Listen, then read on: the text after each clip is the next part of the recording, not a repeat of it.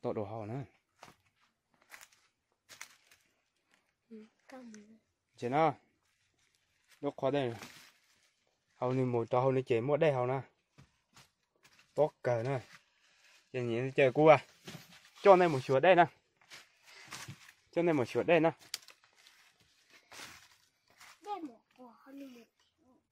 Có cái hầu này một nào đó. Có này một trò mà cái đưa pháo hầu ta mà mua. Ở tụi mình dạo này hay lên nè. Hay là một cái hầu là mà mua bỏ đây hầu là một hầu to chỉ to à? To là. Nay một đôi chỉ ta. Bé mù mà phần hầu mà mấy cho ăn còn một bé. Mấy cho ăn còn một bé đấy. Mấy mùa say. Mùa gió giờ lò thế này. Cái này cô cho bé xài đầm một thứ nào.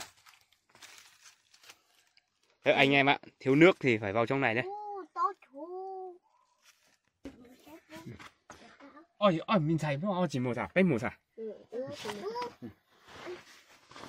Cái hậu nữa. Cái hậu nữa. Giờ này mà hôm nay mà tập tinh nè. Tập tinh theo bố nó hả? Hôm nay đa phò phải tại tên nữa. Hey, cái mỏ tổ xưa. Giờ lại tuần thiết đây bỏ hôm nay nè.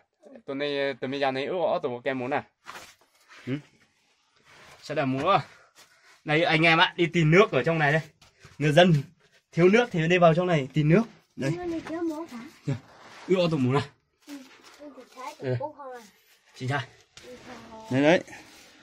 Đây, đồ trong này, đồ lấy nước chỗ này. Đây. Anh em. Giáo mũ phong kia mũ hỏng này. Mũ thế nào? Có tôi cái phát cái này nếu phong đồ hỏng này. Thì nó. Đây đây. Con mũ phải. Đây. Đi người dân đi kiếm nước ở tận trong này đấy. Anh em xem. Khổ như thế nào. Đấy chỉ đổ cho một người xoay vào một vòng thôi. Đâu rồi. Đâu. Đâu. Nước trong này. Trong vèo. Wow. Wow. Đây này, nước đây. Nước đây, nước đây. Wow. Nước đây. Đây nhá. Anh em lấy nước ở đây. Lấy nước trong vèo luôn. Rất ít nước. Đây, người dân người ta lấy nước ở đây đi lên. Có nước ống này. Đấy nhá.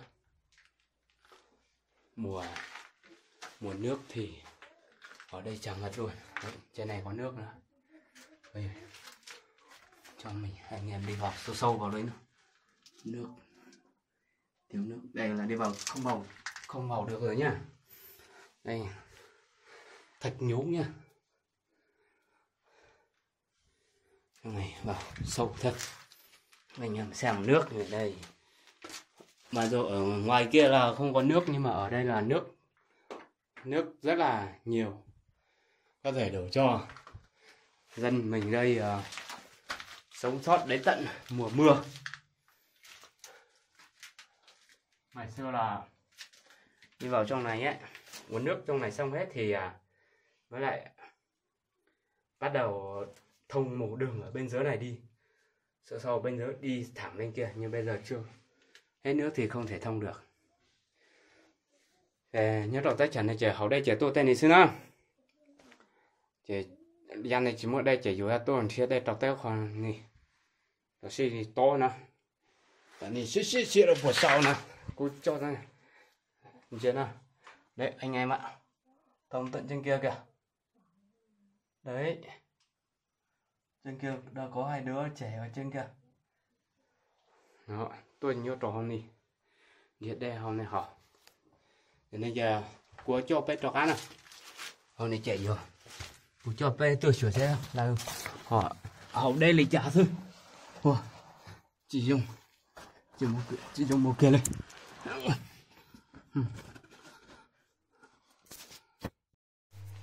Để chị đổ cho một người xoay vô. Bây giờ mình bắt đầu lên nhá. Đây kìa. Phải lên tận trên kia. Đấy. Đã có một đứa trẻ trên đây. Không lên được. Đây. Giúp các bạn lên đội này.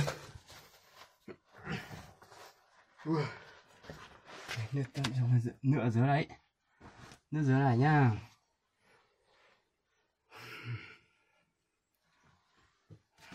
Bây giờ mình lại lên rồi nhá.